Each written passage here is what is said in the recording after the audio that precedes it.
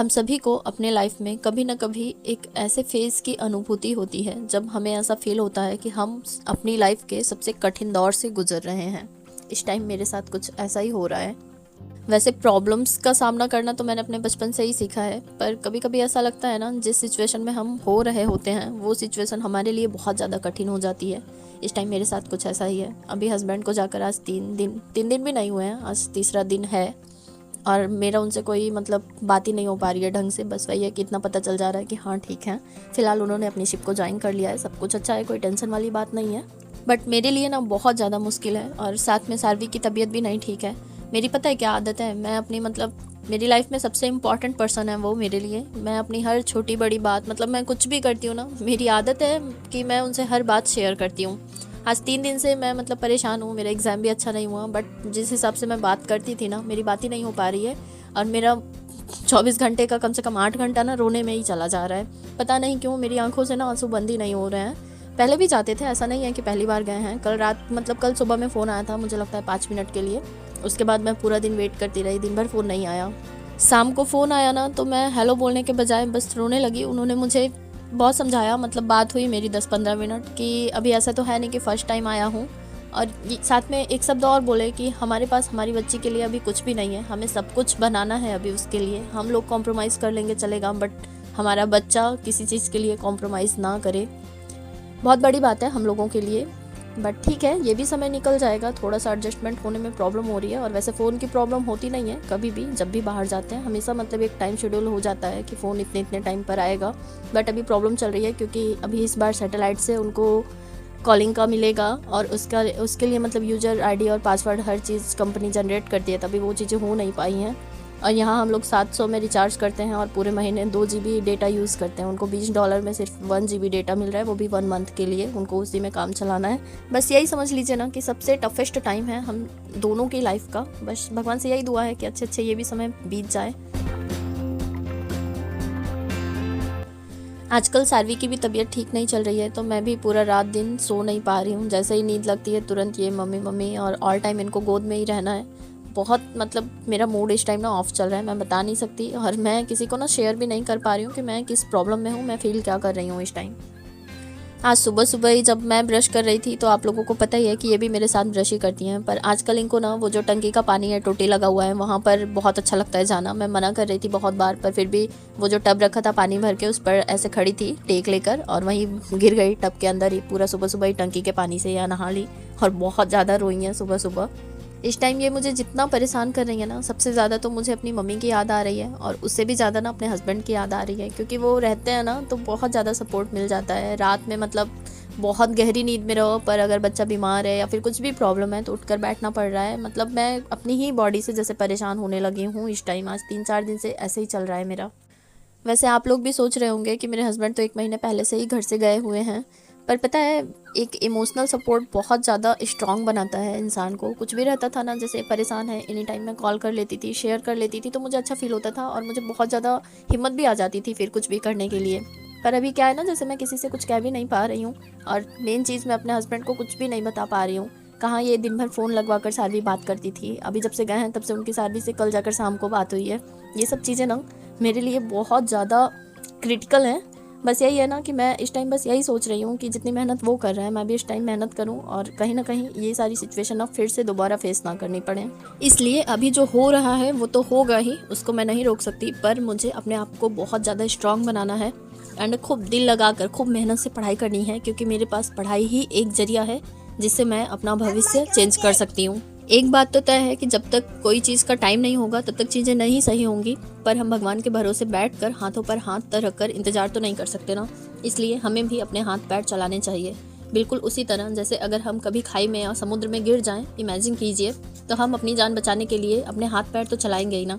बस इसी मोटिवेशन के साथ मुझे पढ़ाई करना है और अपनी लाइफ में आगे बढ़ना है। मुझे लगता है कि मेरी प्रॉब्लम मुझे इस टाइम मुझे सबसे ज़्यादा लग रही है, पर इससे बुरी कंडीशन तो शायद किसी की नहीं होगी।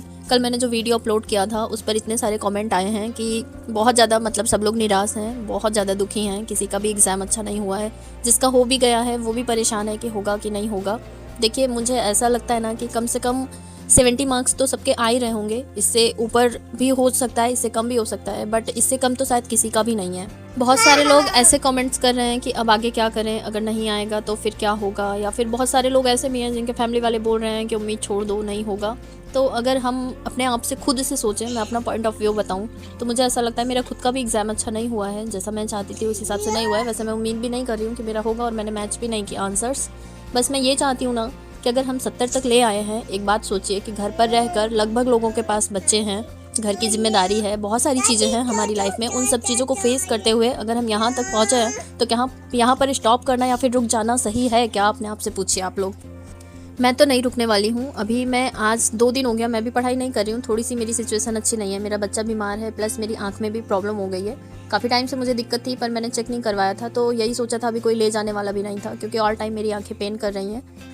उस दिन जब मैं एग्ज़ाम देकर लौट रही थी तो उस टाइम मैंने चेकअप करवाया तो -0.25 ऐसा कुछ प्रॉब्लम आया है। मैंने कार्ड रखा हुआ है बट मुझे एग्जैक्ट पता नहीं है। बस डॉक्टर ने ये बोला कि चश्मा लगाना पड़ेगा पूरे 1 साल तक, और वो भी मतलब पर डे 8 घंटे के लिए, तब जाकर कहीं 1 साल बाद निकलने के चांसेस होंगे।